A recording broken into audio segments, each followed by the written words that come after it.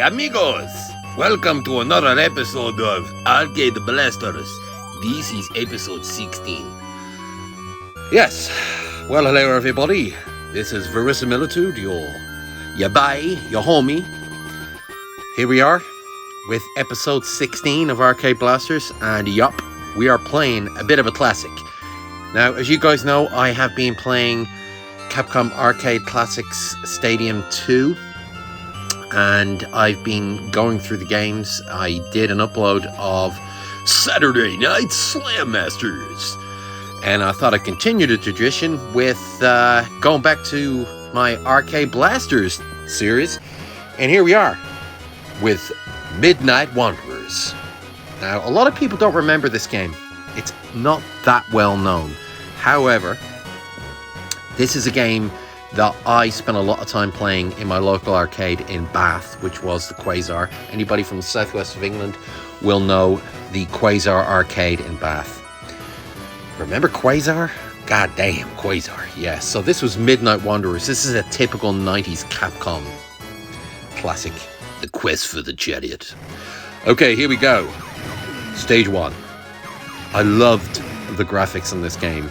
I think there was a home port of this. I could be completely wrong. I don't believe it was on the Mega Drive or the Super Nintendo, but I do believe that there was a port to either the PC Engine or the Neo Geo. I could be wrong though. I'm not entirely sure. No, I don't think it was the Neo Geo, because obviously SNK were around kind of trying to compete against them at the time, but there was definitely a home port somewhere. If anybody knows the truth of that situation or not, please let me know, because I'm not entirely sure. These controls are really, really crunchy. It just feels like you're playing a proper arcade game from the 90s. It just feels nice and crunchy. Control schemes were really crunchy back in the 90s. I don't know if anybody knows what I mean by that, but whenever you were playing an arcade game with the joystick, you always had that feeling that all the controls were really... It sounds stupid, but it really is, quite honestly. It's just something that you either know or you don't know from when you're back in the day in the arcade. Look at these big green things. They look like critters. Remember those critters from the movie Critters? Critters.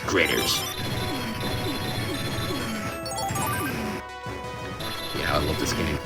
It plays just as I remember, actually. It really does. It's got a lovely feeling to it. If you guys have not got Capcom Arcade Stadium 2, seriously, it's really worth the money. At least I think it is, okay? I'm a retro collector, at least from a digital perspective. I'm not a physical collector, so in terms of digital, it's absolutely worth it. And, you know, getting on physical as well. Okay, here's the boss, the first boss. I remember this dude. And the great thing about being able to play this at home now is, obviously, I don't have to pump coins into it. And obviously, the thing I love about playing these old arcade games is it still says, insert coin down at the bottom. I don't know, man. It's just, you know, it's nostalgia, baby. You know what I'm saying?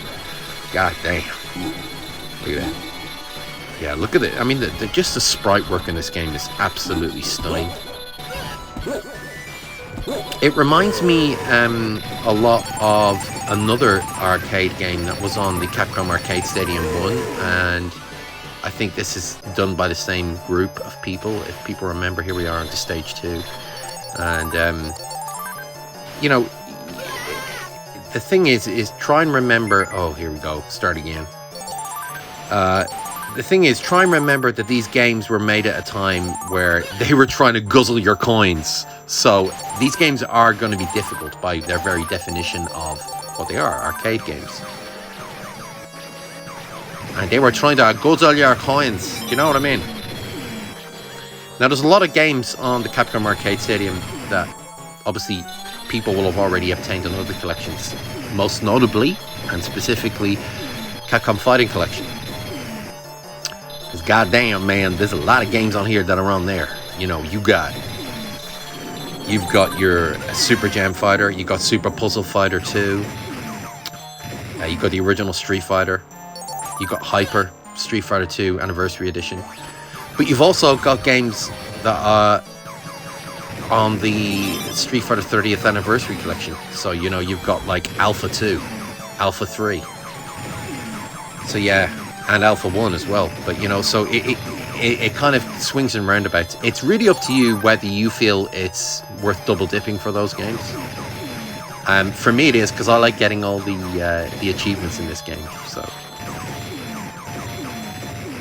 and by this game, I mean this collection. Oh no, continue. Hey, Gato, hey, can we get up there? No, we cannot get up there. Okay, let's go. Here's one of those big green critters again. Well, gosh dang. You know what I'm saying? There you go. Hot damn. Oh, look at that. Yeah, if anybody wants any, you know, games uploaded from this collection, please let me know. If there's a game that you specifically want me to play that you've seen on the Capcom Arcade Stadium that you want to see a full playthrough of, I'll do it, no problem. Great thing is you've got, you know, infinite continues obviously on this, so you don't have to worry about like, oh no, I have to go back to the beginning. Oh, look at this, man. He's goddamn, he's a difficult boss. There we go, you know, go collect your cars, man. That's it, yeah. God damn. Oh, the backgrounds are beautiful. Stage 1 clear. That character looks like somebody I used to go to school with, actually. Seriously.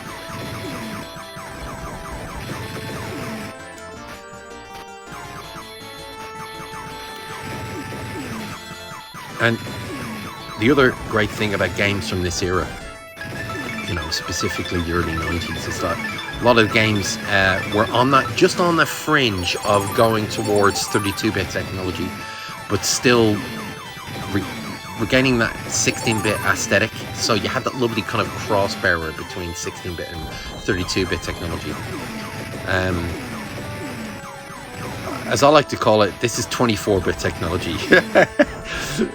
Because it really does feel like it, because, you know, you've got that kind of aesthetic of the 16-bit, as I said, but it feels a little bit more advanced. And then when you got to, you know, say the likes of PlayStation, things got a little bit more even advanced than this. So I always feel that this kind of particular moment in time with the arcade technology, you were there kind of around that 24-bit sort of era. I mean, that's how I feel it in my sort of perspective.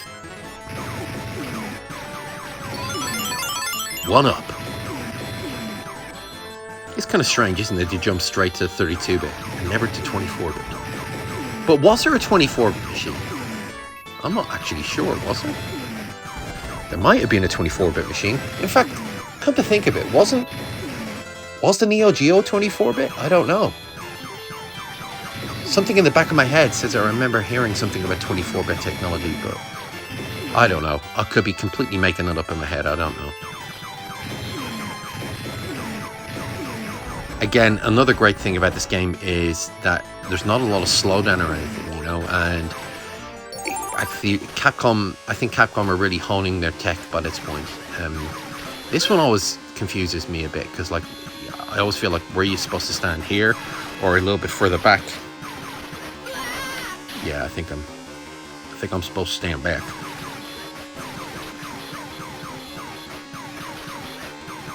I mean, and you know, Capcom had really kind of carved out their position in the arcade at this point. There we go, done. As the number one, you know, and I think really their only competitors, in all honesty, were, you know, Konami and Sega. But then I never really considered Sega a competitor to Capcom. And I know that sounds blasphemous saying that, considering they both had massive fighting games, you know. Capcom had obviously Street Fighter and Sega had obviously Virtua Fighter.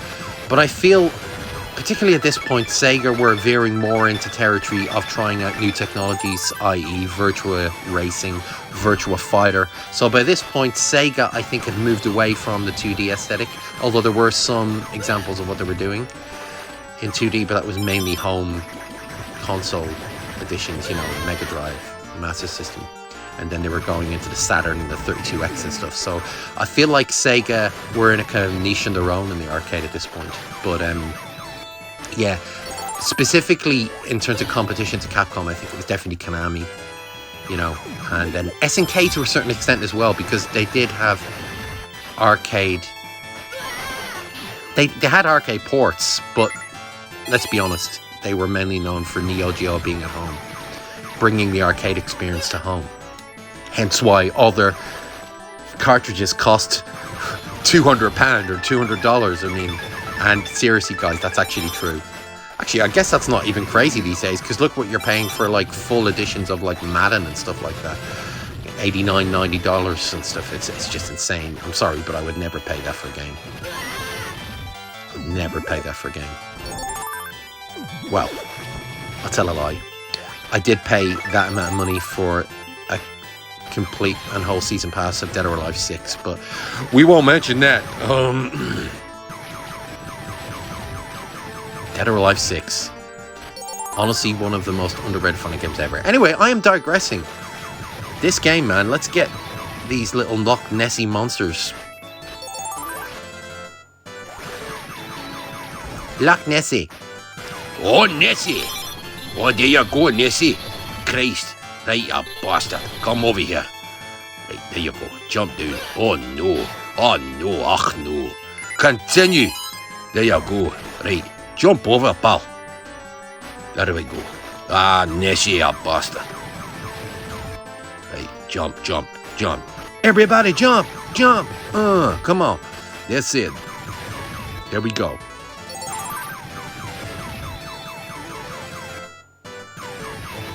I feel like this probably would have suited the Super Nintendo more than the Genesis Mega Drive. Oh, this boss is an absolute bastard. It really is.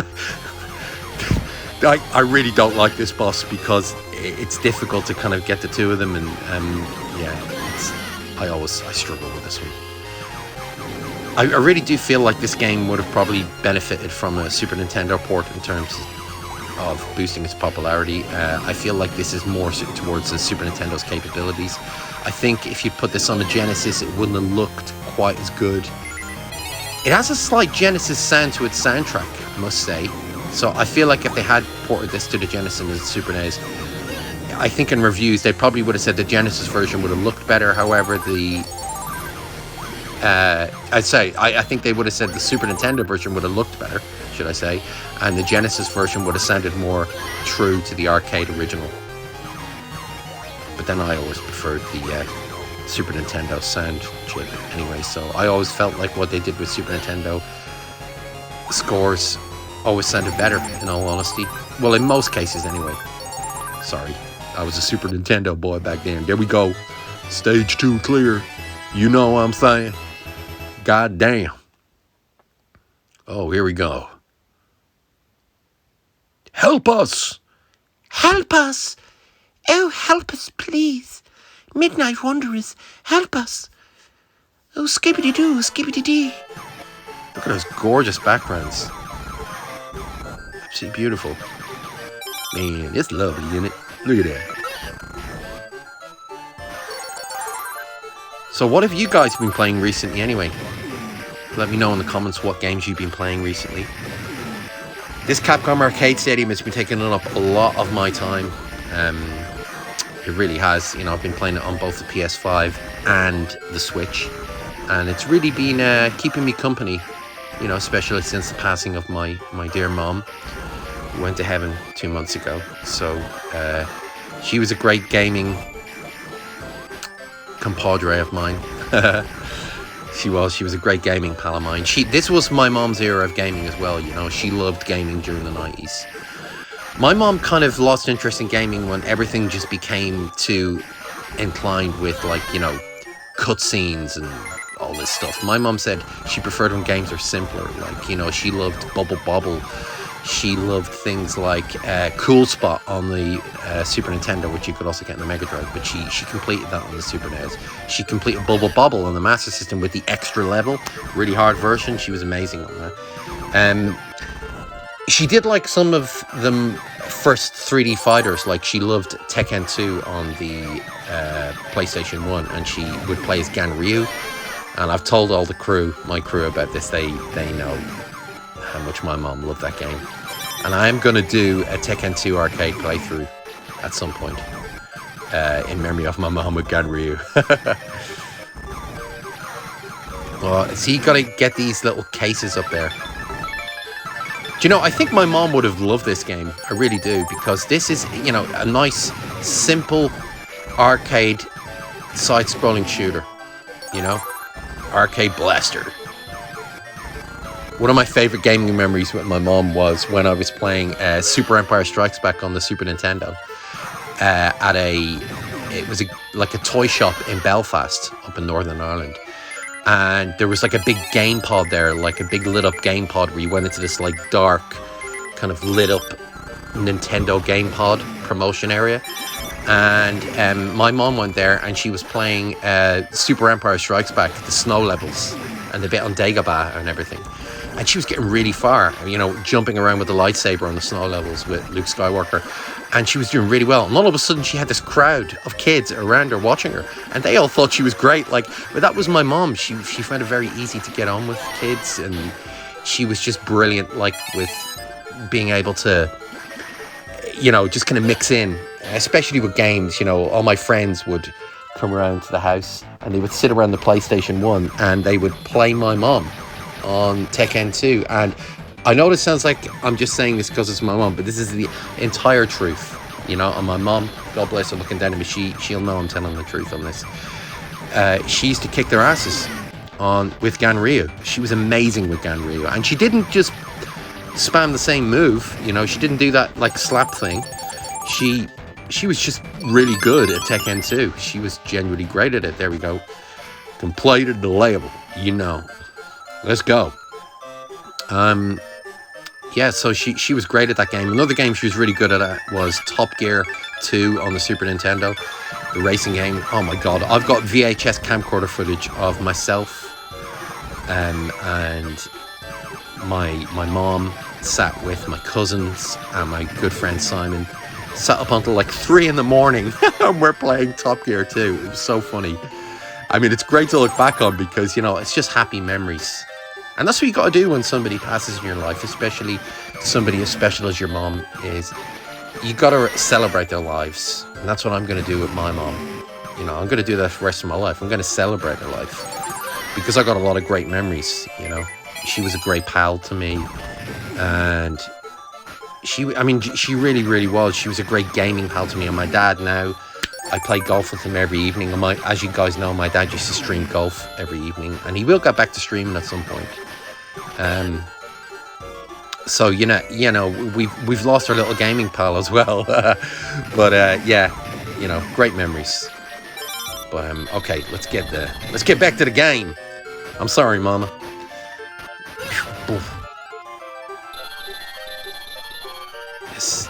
This level is where the game really takes a turn for the up in difficulty. Stage 3 boss. Oh my god, look at this. The hell is that?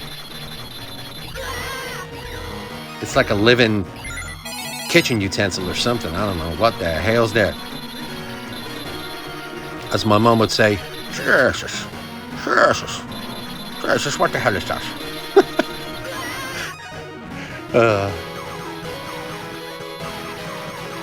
Oh my god, what the hell is this? Alright, we gotta keep going. Ooh.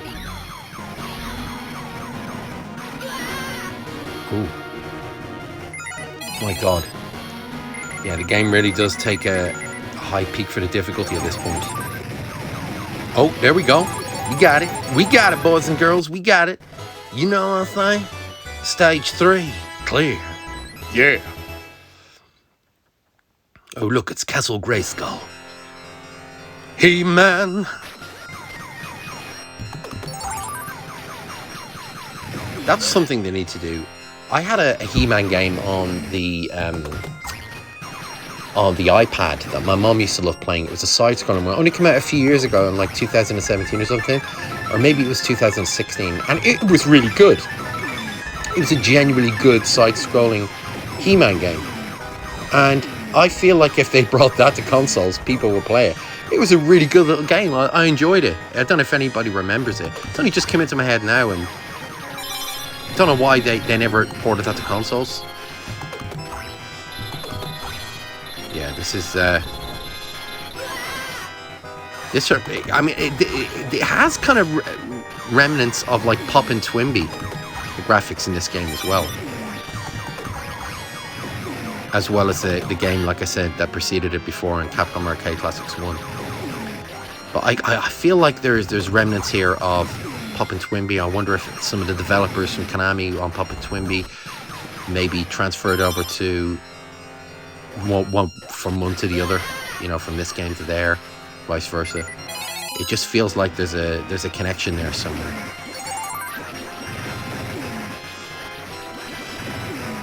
These moon crescents or whatever they're supposed, yeah, the moon crescents. These always used to freak me out when I was younger. I was like, those faces. It kind of reminds me of the old 1912 movie, you know, that silent, the earliest animation movie where the rocket lands in the head of the man in the moon. That's what this reminds me of.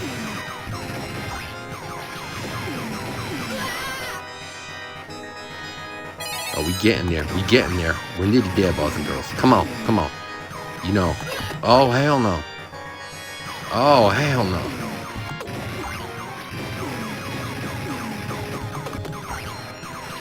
And one of the other games that I've been playing a lot on this Capcom Arcade Classics 2 is, well, apart from this and Saturday Night Slam Masters, which is obviously a great game, which I am going to be doing more uploads of, by the way, guys. I'll do more arcade playthroughs in that.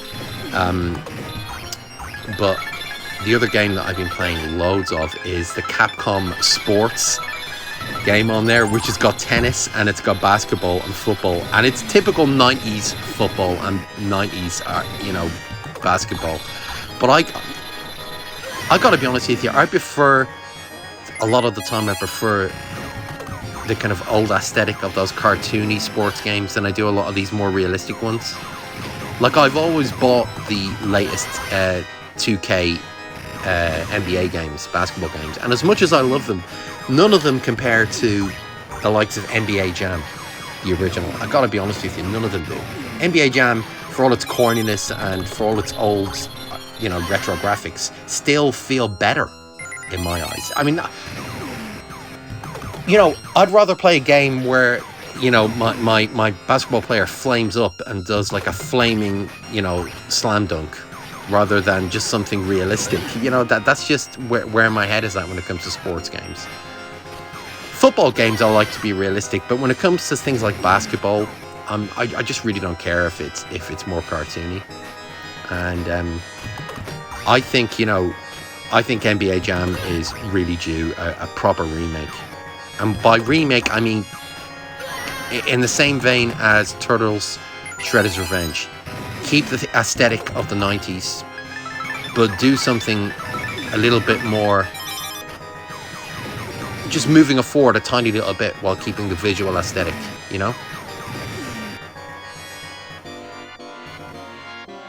Again, I think that's a big problem though, when it looks like a game is going to be something that it's not from the trailers. Like, people build up these preconceptions, don't they? Oh, I love this boss. This is a great boss. It's like the sun god that comes out of the wall. I used to love this one in the arcades. My God, the amount of coins I pumped into this game. I seem to say that with every arcade blaster I play. I really did. This game made a fortune from me. Or from my parents, should I say. Sorry, Mom. But yeah, I think a lot of the games today, the aesthetic is sometimes preconceived, shall we say, when the initial trailers come out, the teaser trailers. And I think it's very difficult to get people hyped up if the first inclination that they get from the first trailer is something that is negative. And I think one of the reasons why Turtles Shredder's Revenge has been so successful was because out of the gate, there we go, stage 4 clear. Out of the gate, as soon as you saw Turtles Shredder's Revenge, you knew that what they had there was the original, you know, but brought up to date. It was a spiritual love letter to the original arcade game, which everyone loved. And it speaks volumes that people who weren't even around back then, young kids, they all love the game as well, you know. I know somebody and their son, who's only 4 years old, loves the game, and he plays it day in, day out, and he's not interested in anything else, you know. And that speaks volumes, you know. I think finally people are moving away from that whole Fortnite perspective. I say finally, not because I've got anything against Fortnite, but I think what happens is when you have a kind of a, should we say, trend, which that kind of sets the tone, which I think is what Fortnite has done for quite a few years now. Everybody wants to copy it. And hopefully now we'll get a lot of other companies following the trend of what they're doing with Shredder's Revenge, is bringing back games like this, you know, side-scrollers that are great fun to play, and that you, although Shredder's Revenge has got online, you don't need to play it online. Because, for an example, my friend's son, the 4-year-old I just told you about, he plays with his mom and dad and his older sister, and she's like 6 or 7. So the 4 of them sit around the computer with 4 controllers. So finally, you know, same room gaming is coming back that I grew up with my parents doing. And I think that plays a big part into why games like this are going to start being more successful now. And I think it plays a big part into why retro collections are making such a huge comeback right now, like, you know, Capcom Fighting Collection and Capcom Arcade Stadium 2. Oh, look at this boss. I think Capcom Arcade Stadium 2 is, I have a hunch this one's going to be a lot more successful than Capcom Arcade Stadium 1. Capcom Arcade Stadium 1 had good games on it, don't get me wrong. It had a lot of the ones that I loved. I loved Bionic Commando. Bionic Commando. You know, I had some of the Street Fighter games on there. But in all honesty, and there were Cyberbots as well, but the games are a bit more obscure on there, whereas where I feel with this one, there's a lot more games that are more family orientated. I think there's more of a variation, in all honesty, with this second version. Oh god, I knew I'd regret going back to get that. Look at these backgrounds, man. They actually, you know, this kind of reminds me of Strider, this level. This reminds me a lot of Strider, there you go, there's a game that was on a Capcom Arcade Stadium. Great game. I've forgotten how much I love the arcade version of Strider, because for so many years I've been playing the Genesis version and all the Sega Genesis collections, which I love. I have to say that was one of the games that I loved on the Sega Genesis. But my god, I really love the arcade version. It's such a great game. If you've never played Strider the arcade game and you're into retro games, oh my god, trust me, it's so good. Well, what am I doing here, man? Sorry, I'm really not concentrating. I apologize. Yeah. I mean, you know, a big part of the reason why I didn't like the Strider remake was, in all honesty, it just didn't feel like Strider. The one that came out on the PS4 at the beginning of the PS4's life cycle is, there's another one of those green critters. Yeah, it just didn't feel like Strider. And a lot of that was down to the look of the game, you know. For me, Strider has to have that kind of 16-bit aesthetic to it, you know. It has to have that look to it. These weird things. I love timing these jumps, though. Wait, I should play.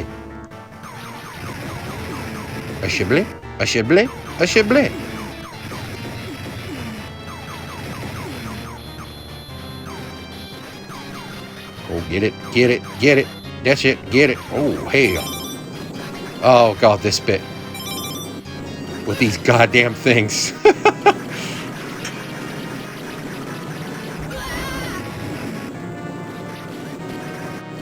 Another thing I love doing with these games is a lot of people who follow my videos will know this. I always have to have the CRT filter on, which is what I've got on here. I have to have the CRT filter on to give it the full arcade effect. Because I could never understand when I was a kid why games in the arcade had a certain specific look to them that made them look better. And I'm not just talking about the fact that the graphics were better in the arcades. I meant the look of the screens, and I had no idea what CRT was and all this. You know, we had the obviously the cathode ray tube TVs and stuff, but everything looked better in the arcades. And when you go back and you have that effect now, it's why when you go back to a lot of games now, people say, oh, they haven't aged well. Well, it's usually because you haven't put the CRT filter on. You know, it's like I was watching Maximilian dude recently play. Oh, here we are. Look. Oh, it's this dude again. I was watching Maximilian dude play Vampire Savior recently, and he didn't have the CRT filter on, and it was really bothering me because I love watching him, but I was like, my God, these older fighting games, specifically Darkstalkers, I think don't look good unless you put the CRT filters on.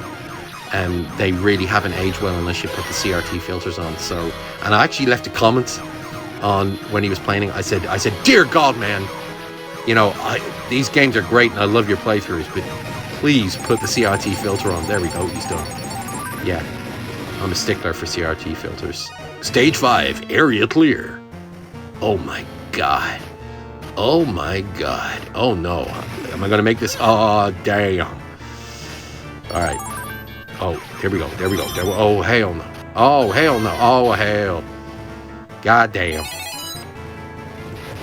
Jump, jump. Everybody jump. What we gonna do? What we gonna do? Come on. The final boss, Gaia. Oh, this is an amazing boss. Look how good this boss looks, man. Look at it. Look at the detail on these sprites. Hand-drawn sprites. Hand-drawn sprites. Give me hand-drawn sprites any day. That's beautiful, isn't it? In my eyes, nothing polygonal will ever compare to this kind of work. It's just beautiful. The Japanese excelled at sprite work. They really did. Oh. I'm doing this completely wrong, but we'll get there in the end. Actually, the best way to beat this dude is not this way. And this is a really bad way I'm doing it at the moment. Is if I can get up until he goes to the left. Wait a minute, I'll show you. There you go. No. Come on. Come on. Come to... That's it. Come to the Midnight Wanderer. That's it. Oh, goddamn. No, I'm sucking bad right now. I'm sucking real bad. Yeah. Come on. We're nearly there. I just gotta... Okay, now. Okay, see where I am right now? Oh, no, not there. Hang on. Really, the best way to approach this boss is if you stay there and shoot him from hanging there.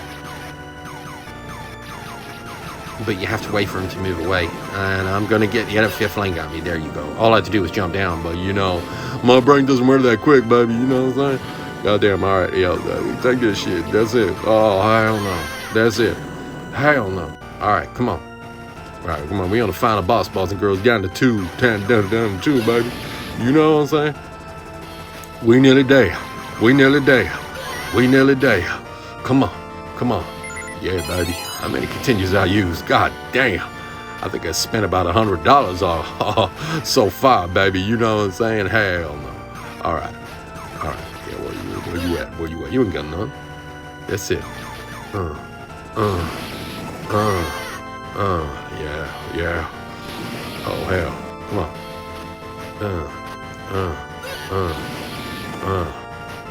Come on. Wait, hey. No, God. Yeah. We're nearly there. Not exactly the world's greatest video game player, but we're getting there. Yeah, we did it. I would never have thought you were so powerful. I'll be back. I'll be back. Well, yeah, we did it, boys and girls. Look at that. Stage 5 clear. Yeah, you know what I'm saying? God damn. Ah, hell, look, we ascending, baby. We ascending, yeah. That's what I'm talking about. God damn.